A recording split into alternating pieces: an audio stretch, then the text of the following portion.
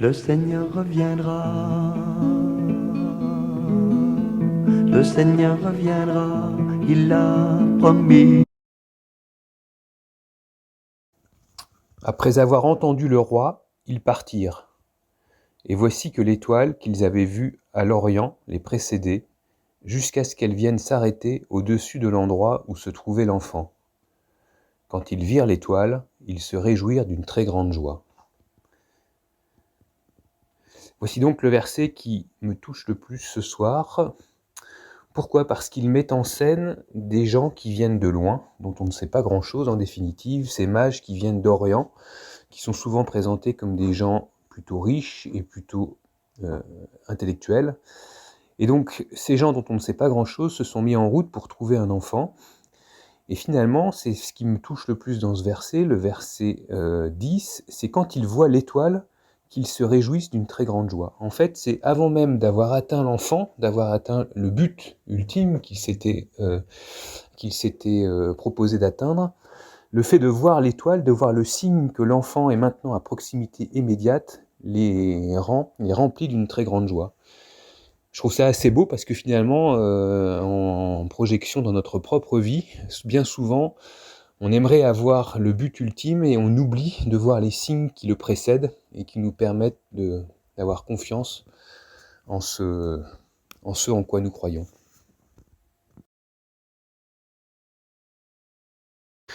Ce qui me vient à l'esprit en regardant cette scène de la crèche, c'est qu'il y a finalement trois plans différents. Le centre, le cœur, dans lequel on retrouve Jésus et ses parents. Un deuxième cercle un peu plus éloigné, où on retrouve les bergers, qui sont plutôt passifs. J'avais presque envie de penser qu'ils étaient là un peu par hasard.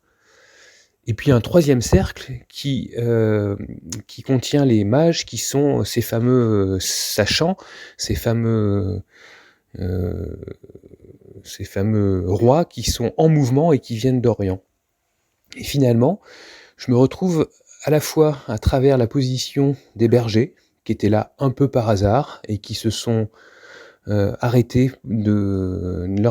leur activité pour assister à la nativité du Seigneur, et à la fois dans le personnage des mages qui sont en mouvement. Finalement, notre quête aujourd'hui, ma quête aujourd'hui, correspond un peu à celle des mages dans une moindre mesure, en tout cas de façon différente, une mise en chemin pour essayer de rejoindre l'étoile qui va m'indiquer où se trouve le Seigneur.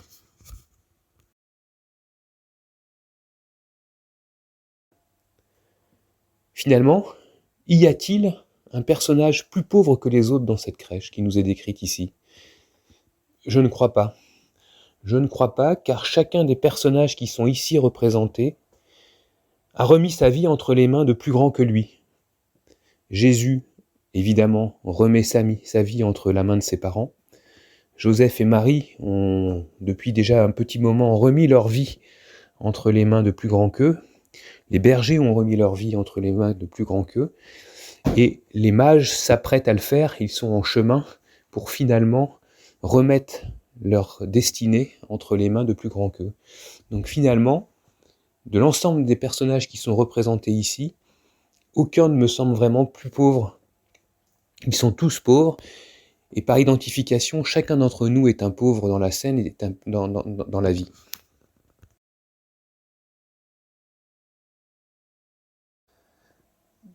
Voilà une question qui est assez difficile finalement, parce que il semble délicat d'imaginer une naissance de Jésus aujourd'hui, en 2020, une naissance au sens où elle est décrite dans les chapitres sur la nativité de Jésus.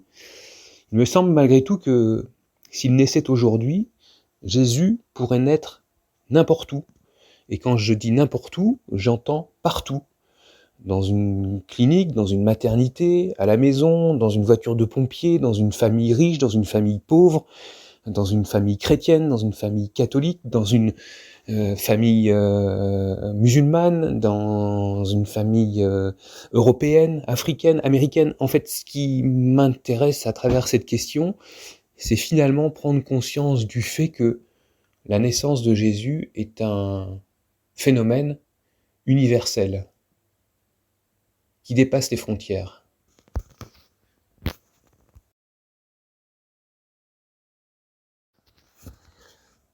Un souvenir de crèche pour finir, qui est en lien direct avec le verset que j'ai choisi et que j'ai un peu commenté tout à l'heure, puisque, étant enfant, ma mère avait l'habitude de fabriquer une crèche tous les ans, dans laquelle nous faisions tous les jours une petite prière avec mon frère.